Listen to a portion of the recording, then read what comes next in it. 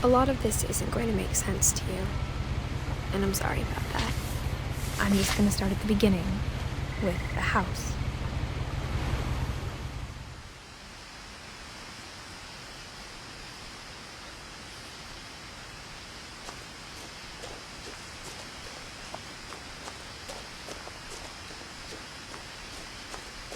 I lived here until I was 11, but I wasn't allowed inside half the rooms.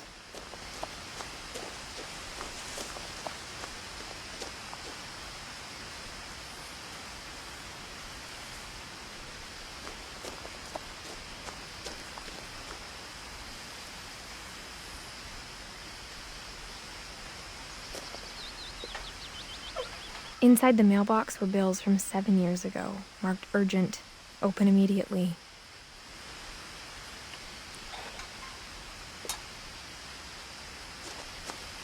I hadn't been back since my brother Lewis's funeral.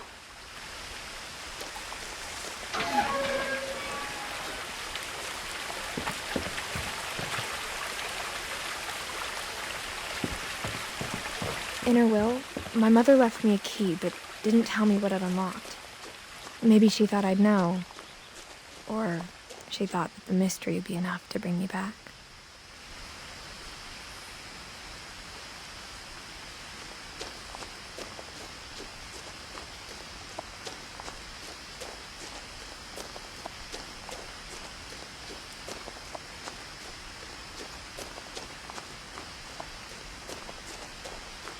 No one had driven this way in a long time, but I saw a few hoof prints.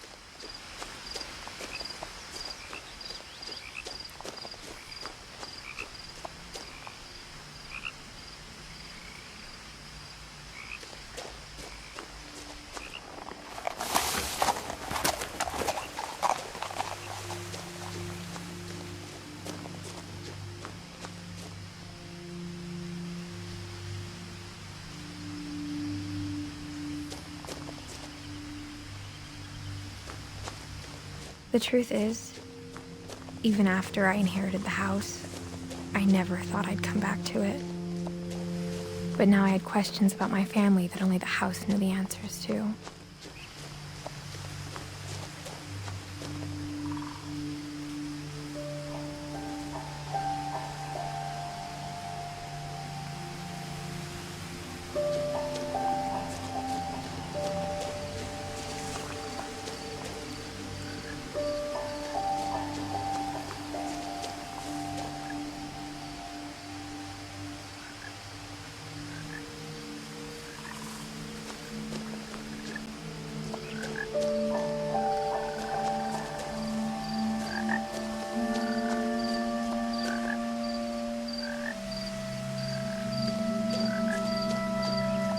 The house was exactly like I remembered it, the way I'd been dreaming about it. As a child, the house made me uncomfortable in a way I couldn't put into words.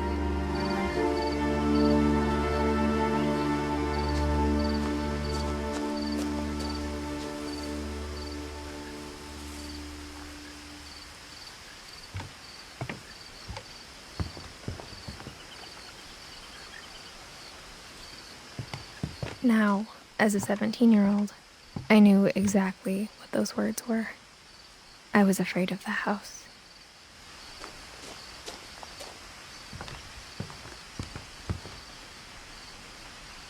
I hoped the key might unlock the front door. It didn't.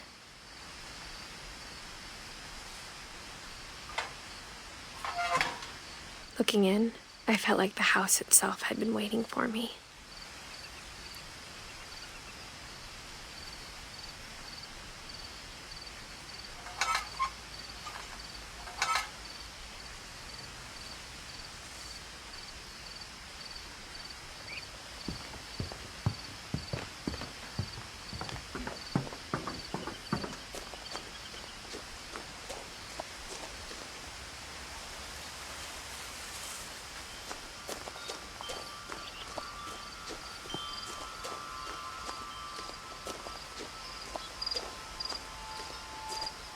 The house felt like it had always been here.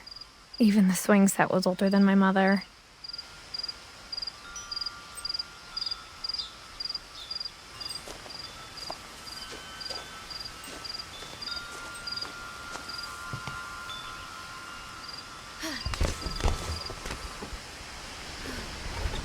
Crawling through the doggy door used to be a lot easier when I was 11.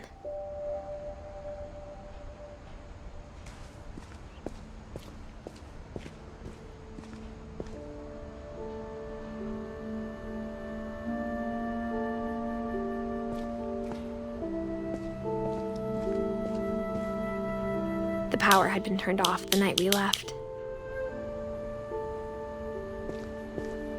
For the first time in years, I felt like I was home.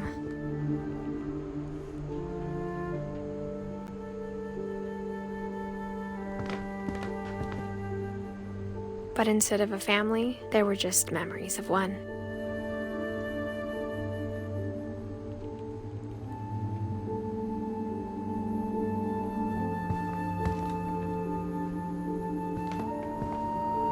Like how after Louis started working at the cannery, we all got sick of eating salmon. Except our cat, Molly.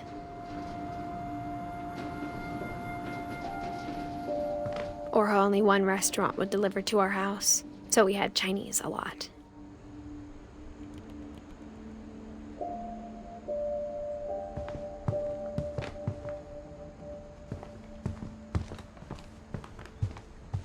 The table was still a wreck from the night we left. It was like a bomb had gone off, killing everyone but sparing the furniture.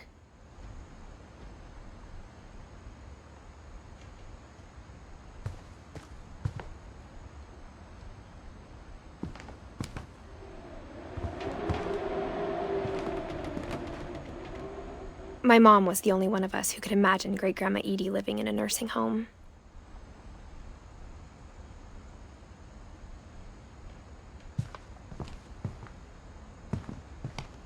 Nothing in the house looked abnormal.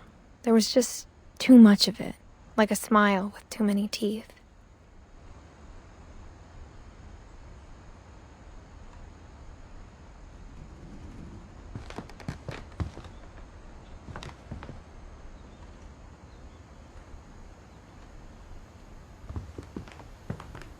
Even the fireplace had a story.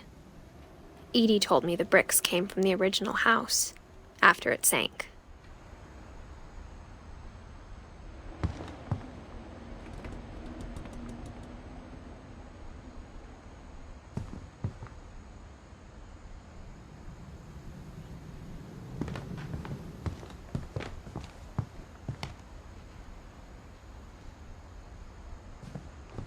Mom always told me to stay out of the basement, so I wasn't too surprised when the key didn't fit.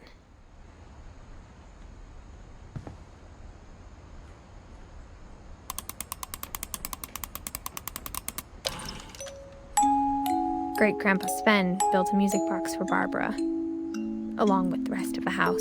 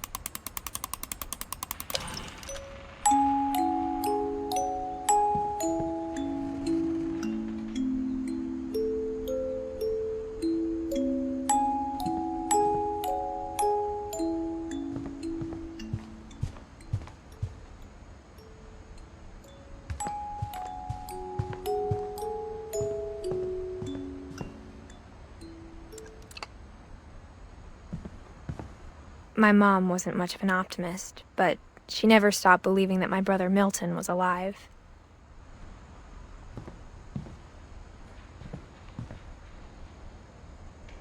A lot of things got left behind in the whirlwind of that last night.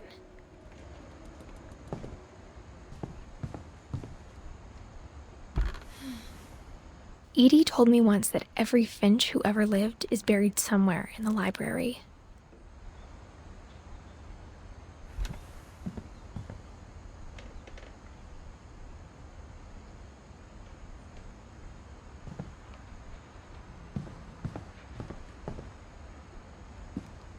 After Milton disappeared, Mom sealed up all the bedrooms. Then Edie retaliated and drilled peepholes.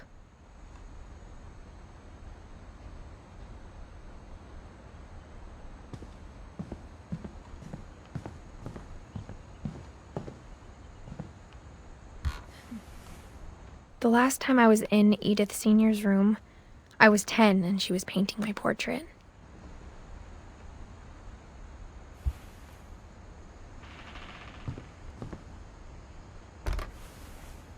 As a kid, I just assumed every house had peepholes and sealed rooms you weren't allowed inside of.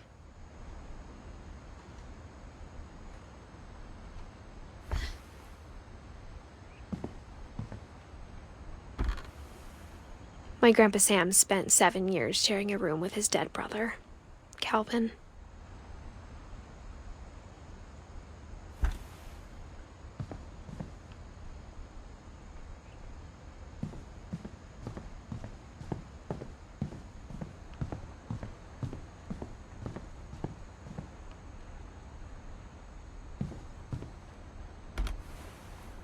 Barbara was a child star for 2 years, until America grew out of it.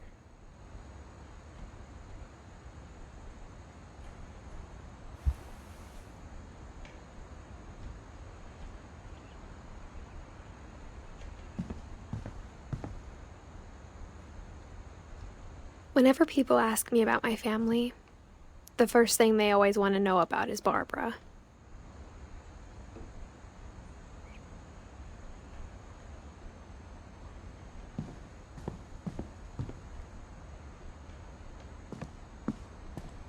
Mom must have locked the third floor stairs on the night we left.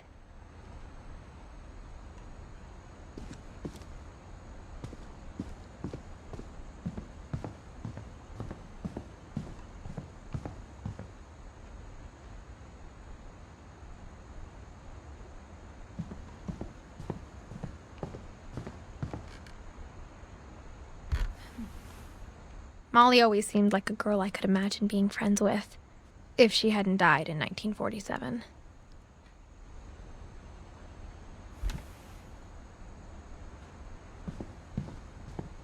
I spent a lot of time playing in Great Uncle Walter's room.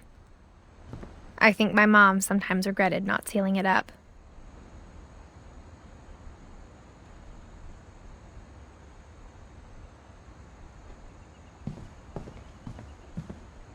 Lewis told me there were secret passages, but I never believed him.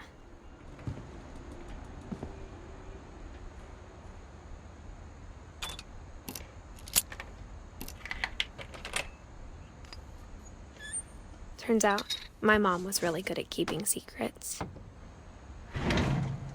Now it was time to find out what my mom had been afraid of.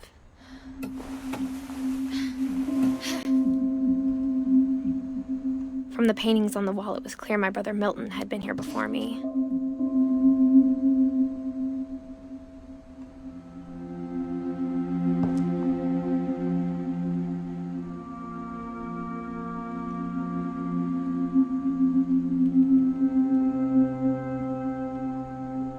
Reading this, maybe it sounds like I had a plan. But I had no idea what was behind that door.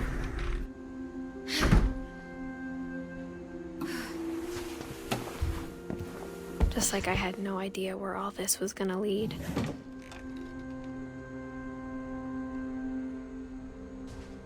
I grew up looking at Molly's room through the peephole.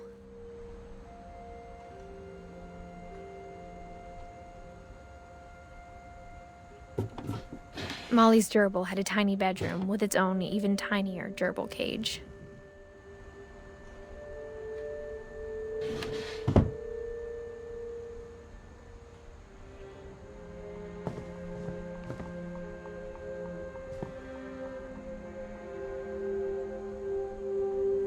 Being inside for the first time, I felt like I'd stepped behind a painting.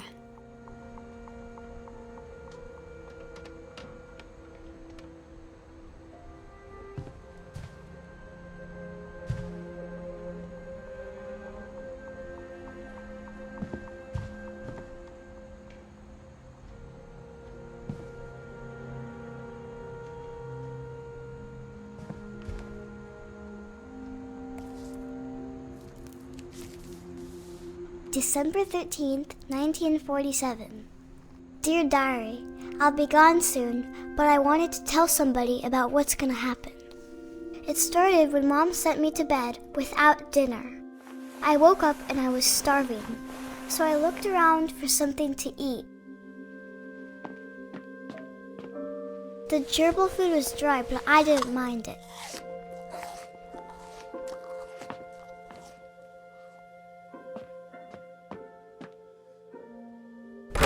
Mom, can I come out now?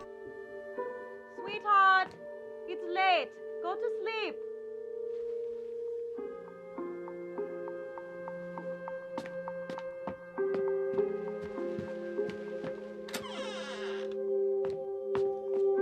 I kept eating and eating.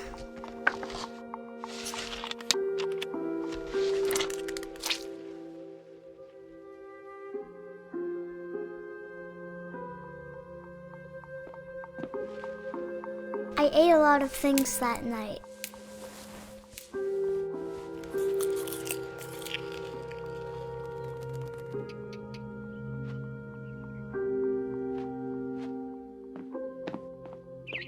Then I heard chirping outside my window.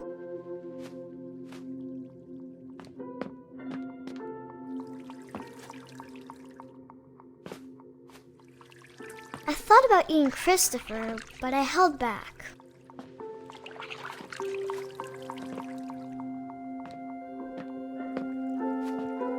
It was a barn swallow going back to her nest. I reached out for her.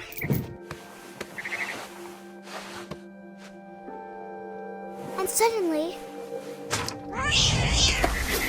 I was a cat.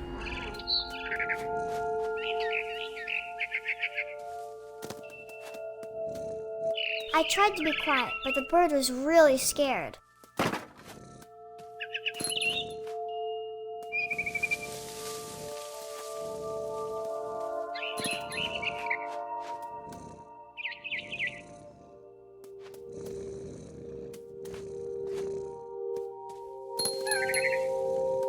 Mom and Dad didn't even look at me.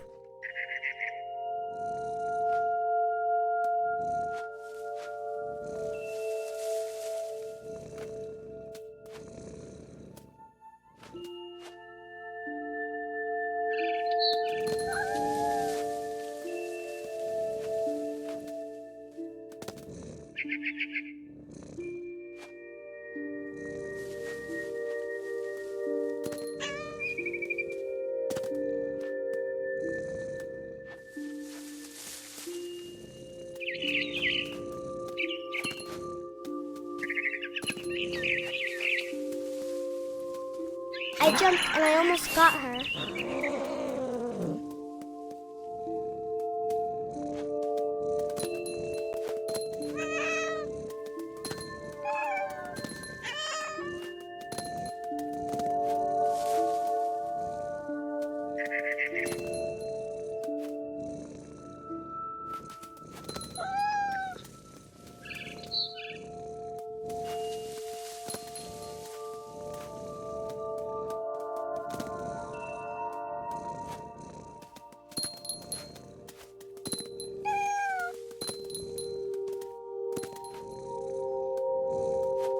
I could tell she was getting really tired.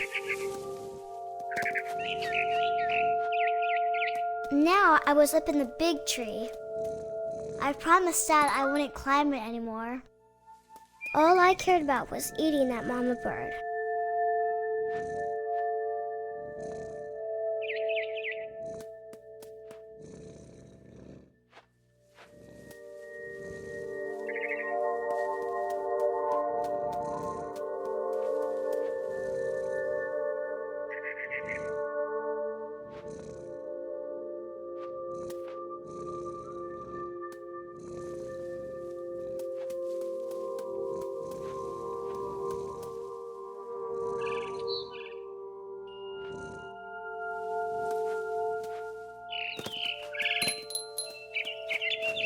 I gobbled her up.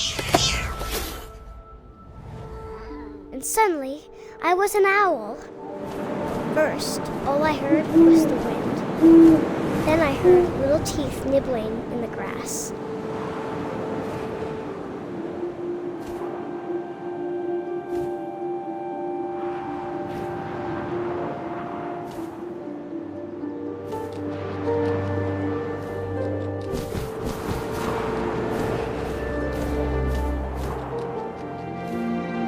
Rabbits.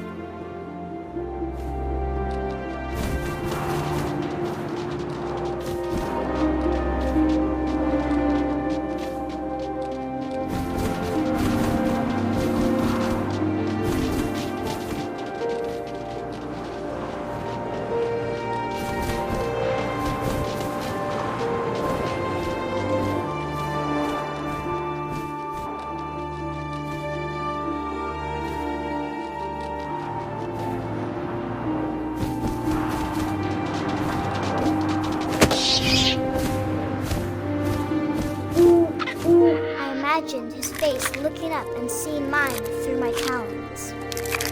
I swallowed him up, and I didn't chew one bit. Then I flew off to find something bigger.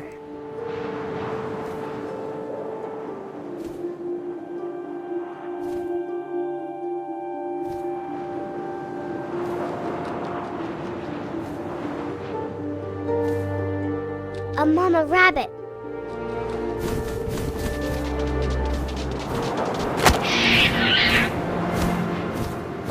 She was almost too big to carry. I started choking, but I couldn't stop eating. And suddenly, I was a shark.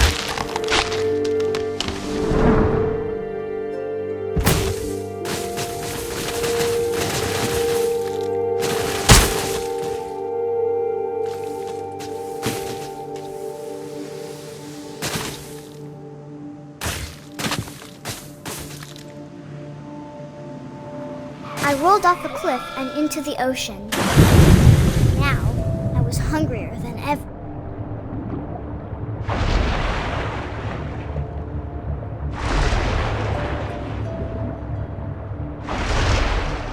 I wanted fat, juicy seals.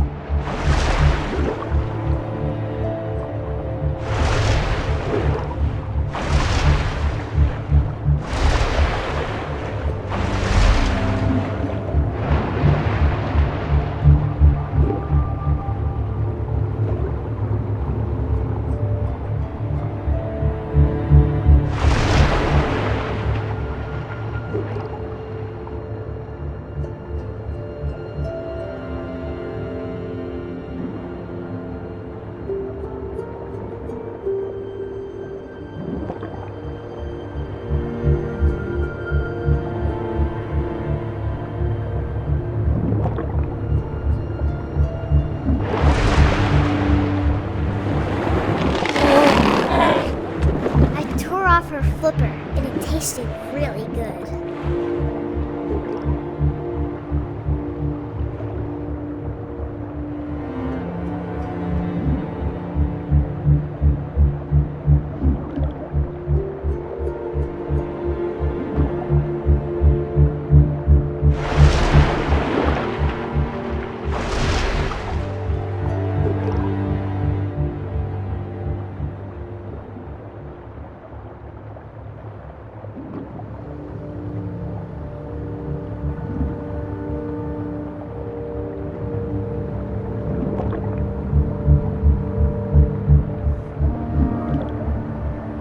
Grabbed on tight, but I was so hungry, I jumped out of the water. When I opened my eyes, everything had changed.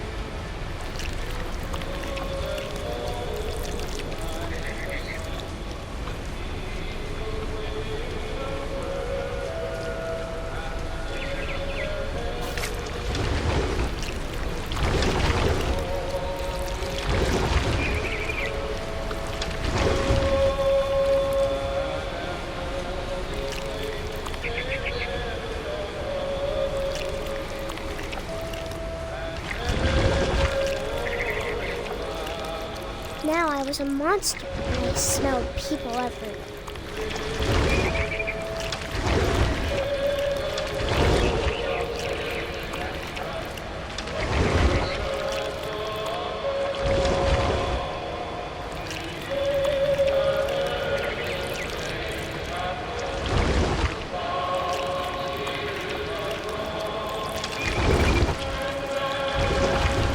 I was big, but I moved real quiet.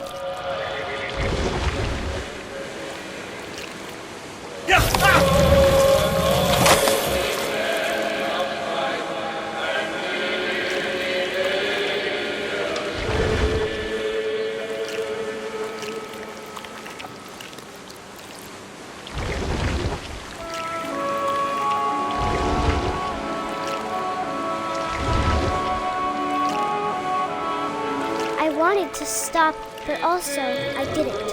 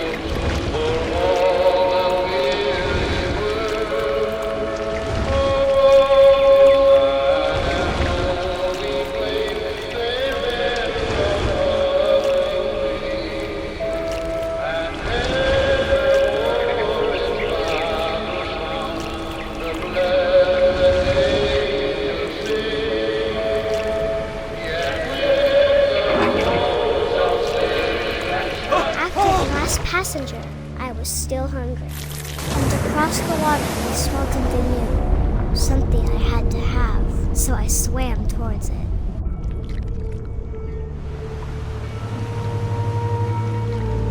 I slithered onto the sand, and the good smell went into an old pipe.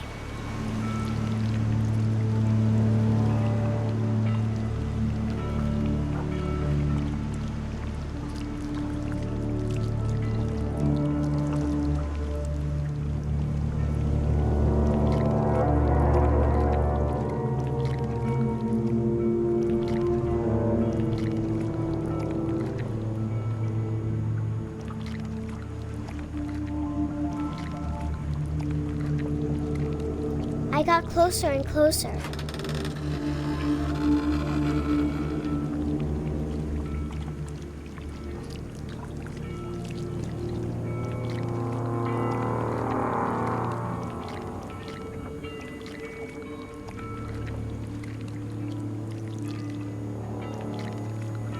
All my stomach started growling. And suddenly, I was me again. I held my breath for a long time, but I couldn't hear anything. I think it's waiting for me to fall asleep. But it's not going to wait much longer. It needs to feed, and we both know I will be delicious.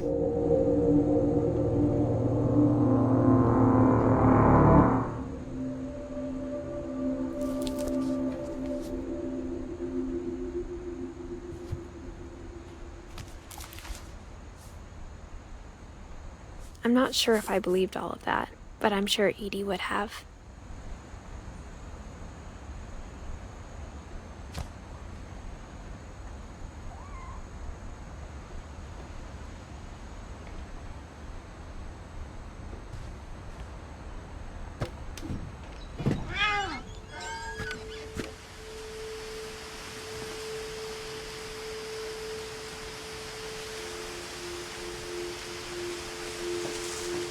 This will be obvious later, but my mom never told me any of these stories.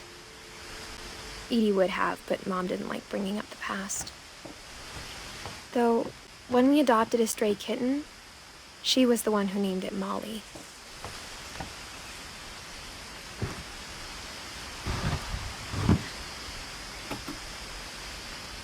I spent a lot of time in Great-Grandma Edie's room.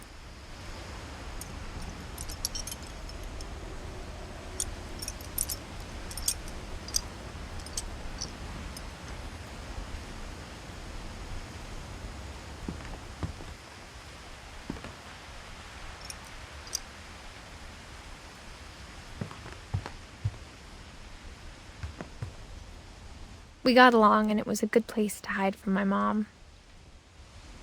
When Edie told people Sven was killed by a dragon, she could also have said he was building a dragon-shaped slide that collapsed.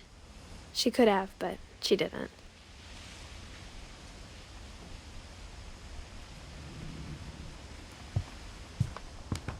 Even in her 90s, sometimes Edie seemed a lot younger than my mother.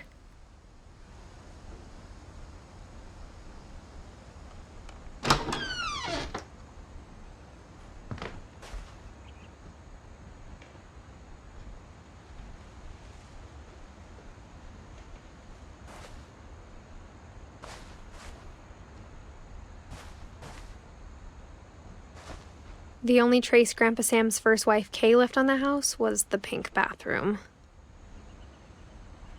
It was a pretty big trace.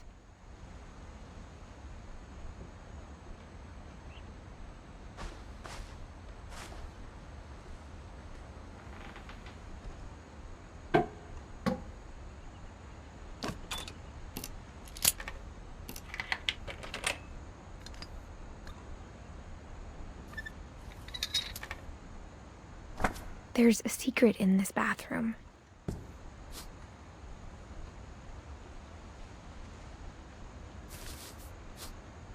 It's in the last place you would look. It isn't in the cupboard. It's hidden in this book.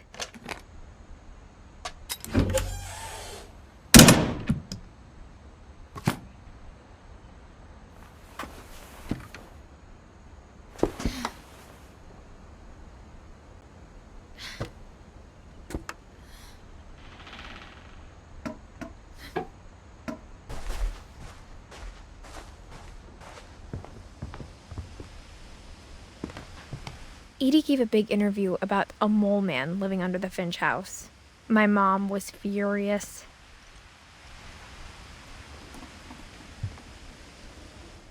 I hadn't thought of myself as Edith Jr. for a long, long time.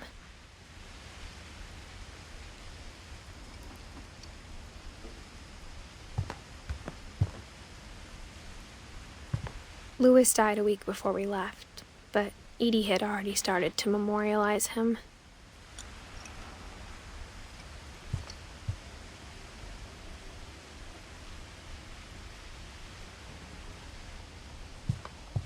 Her room was like a museum.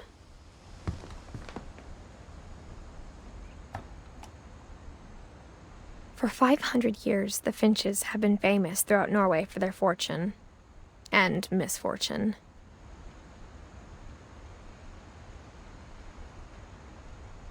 Odin Finch buries the latest victims of the family curse, his wife Ingeborg and their newborn son, Johan. On January 7th, 1937, he set sail with his family and his house, hoping to leave the curse behind. But 40-foot waves off the coast of Washington send the house and Odin to the bottom of the sea. Odin's daughter Edie, with husband Sven and baby Molly, step ashore on their new home, Orcas Island. Odin Finch is the first to be buried in the new family cemetery. His daughter Edie is already dreaming of a new Finch house.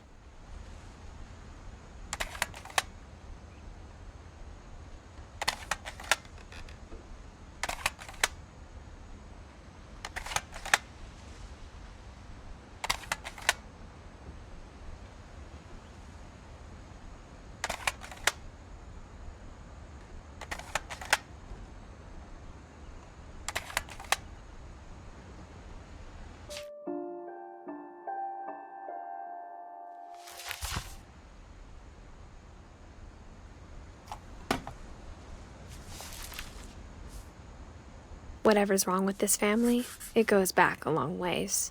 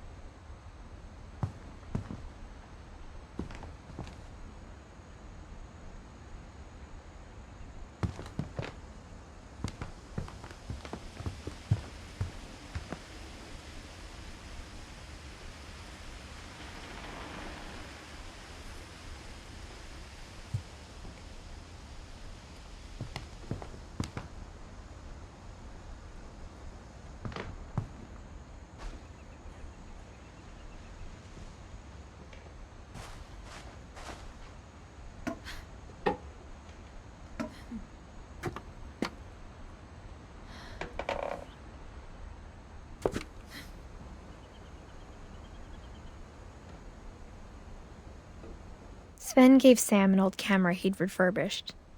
He never put it down.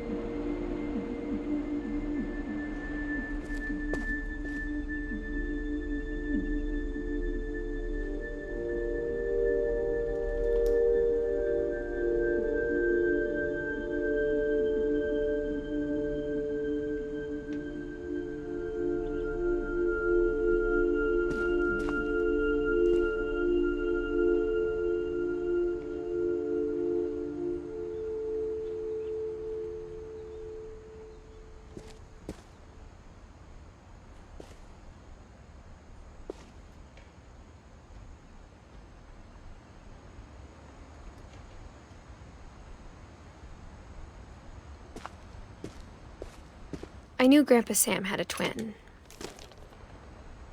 and that he never talked about him.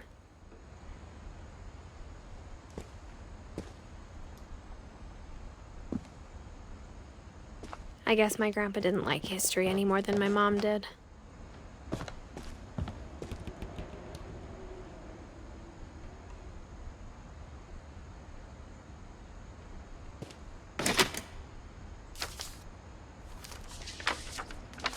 How I Want to Remember My Brother by Sam Finch. The thing I remember is that when he made up his mind, that was it. My brother said he'd die before he ate another mushroom, and he did. At Barbara's funeral, we swore we'd never be afraid again, and he wasn't. I think Calvin always wanted to fly.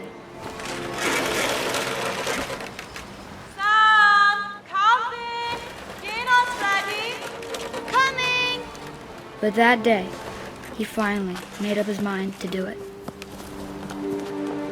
I told him going around was impossible.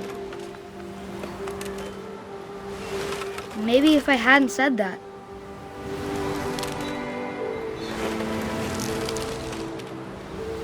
Calvin, I'm not gonna tell you again.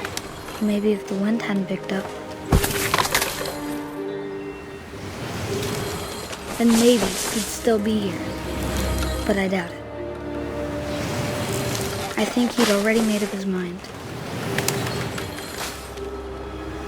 That's what I want to remember about my brother.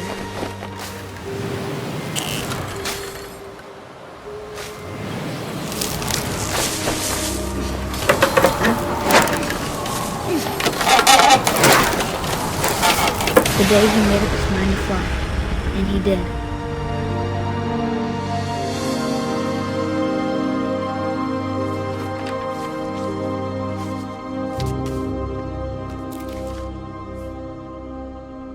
Mom's story felt strangely familiar. When I was younger, I remember trying to do the exact same thing.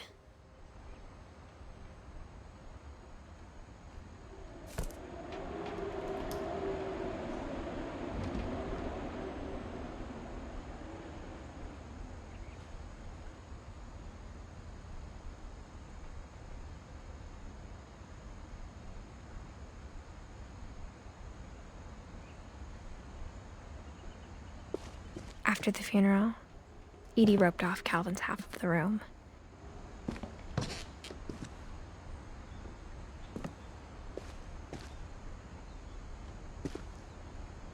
Mom said Grandpa Sam enlisted at 18 and never set foot in the room again.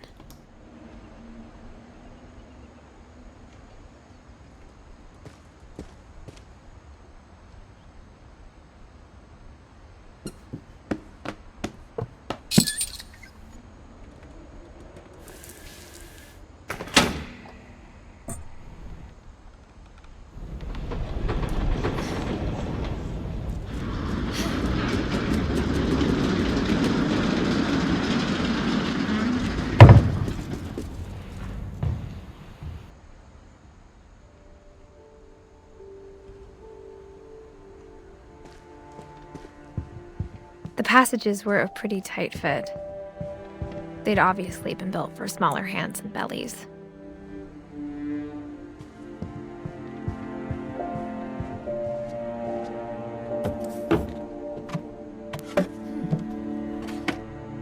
Growing up, I always thought of Barbara as a child star.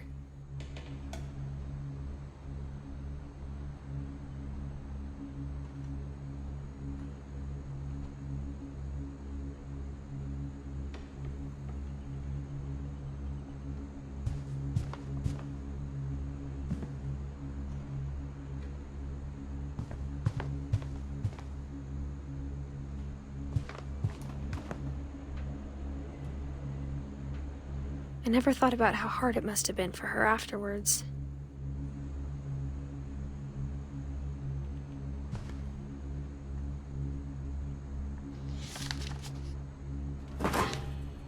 Of all the stories people wrote about Barbara's death, I'm surprised Edie saved this one.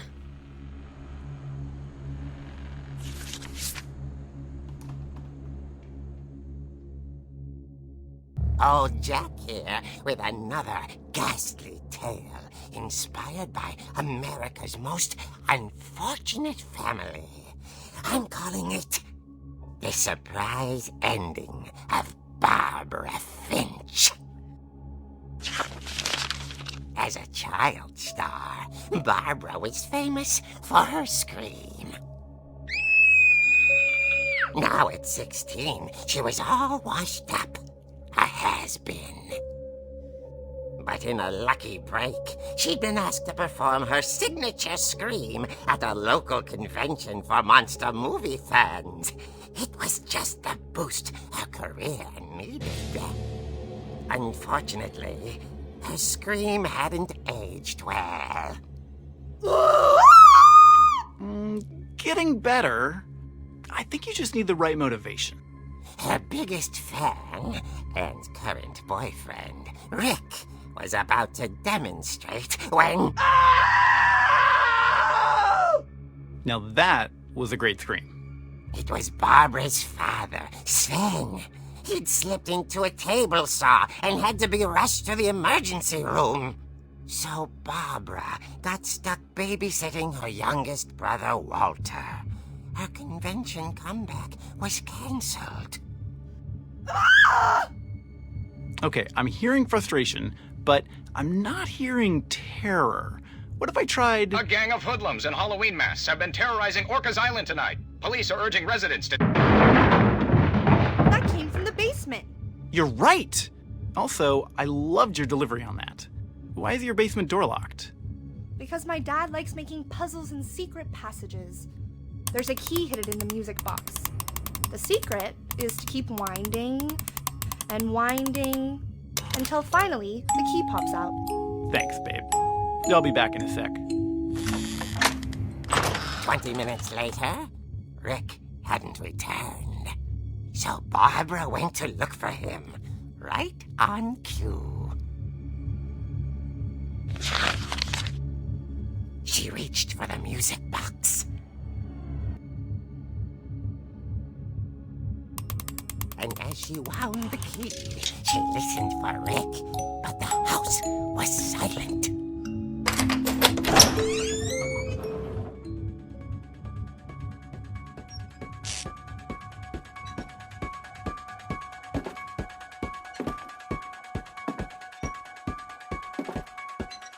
She found Rick's crutch and imagined the worst.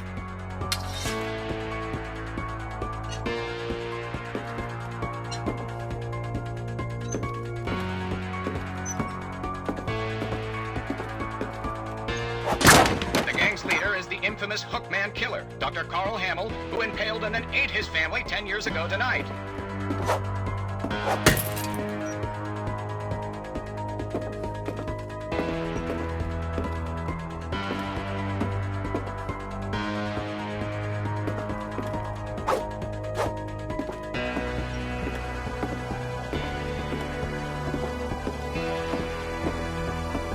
Old Finch rattled and grew still. Oh dear!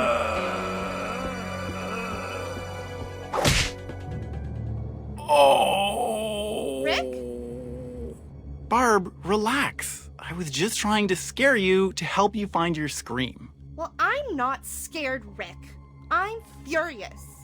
Then act furious. All I'm getting from you now is that you're hurt and confused and She threw him out, but she kept a little something to remember him by. Barb, have you seen my other crutch? And she was still holding it when she fell asleep watching the late picture show. Hours later... Barbara!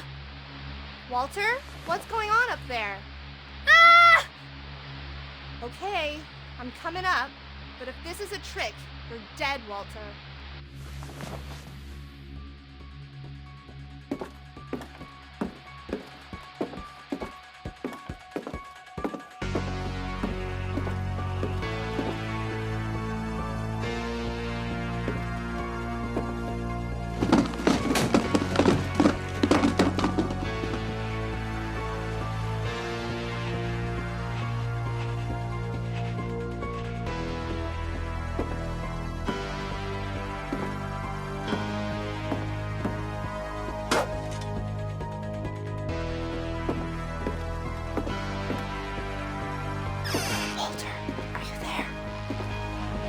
Walter had vanished, but his bedside radio was still on. Orcas Island police describe the man as 6 feet tall, with a steel hook for a hand. Residents are urged to lock all doors and windows and notify the police of any suspicious activity. Barbara turned, saw the hook man, and was speechless. He was quite smashing.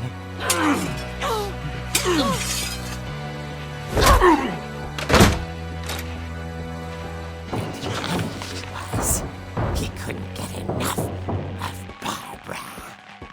Okay, Barbara, there's gotta be another way out of here.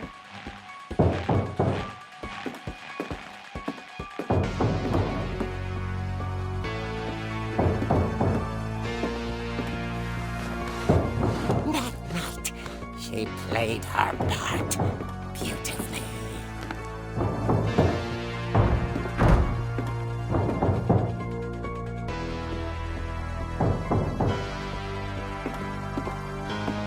Molly's door hadn't been opened in years. The hinges groaned.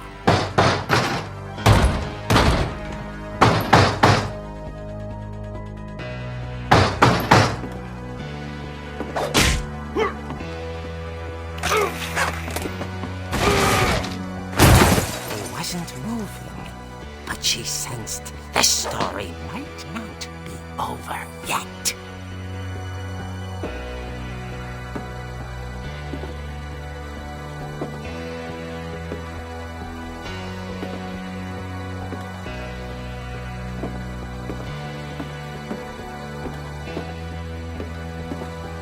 The hookman had vanished.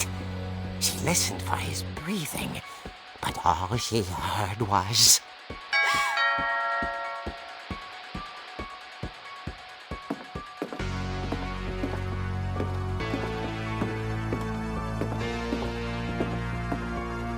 Someone at the door was dying to speak to young Barbara. At the door, she heard whispering. It was coming from inside the house.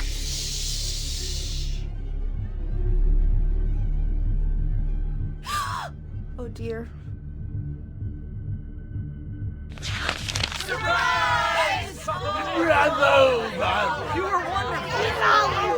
monsters had come to surprise her. For Barbara, it was a dream come true. Then she saw what kind of monsters they were, and she realized what was about to happen. She was going to be famous.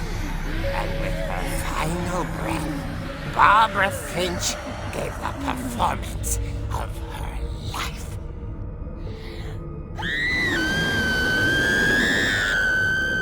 I wasn't there myself, but I hear Barbara was magnificent. Poor girl. She had a taste for stardom. But unfortunately, so did her fans. Of course, the police blamed it all on poor Rick, who disappeared the same night. And little Walter, hiding under his bed the whole time.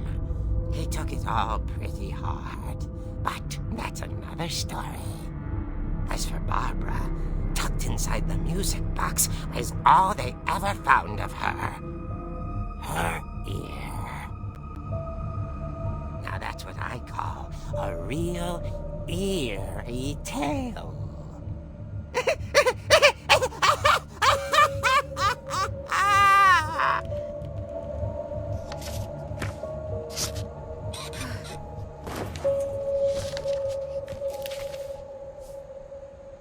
Edie told me all Barbara wanted was to be remembered, as absurd as that comic was. Maybe what Edie saw was a happy ending.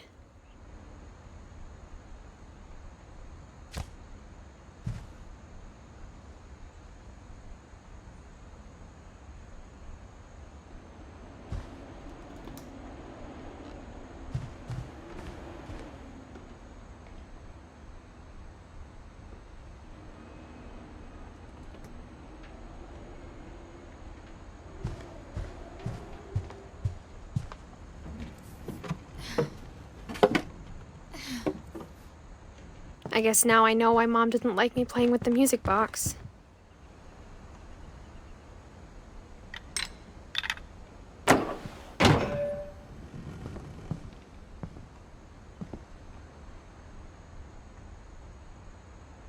Edie's father, Odin, built the original house.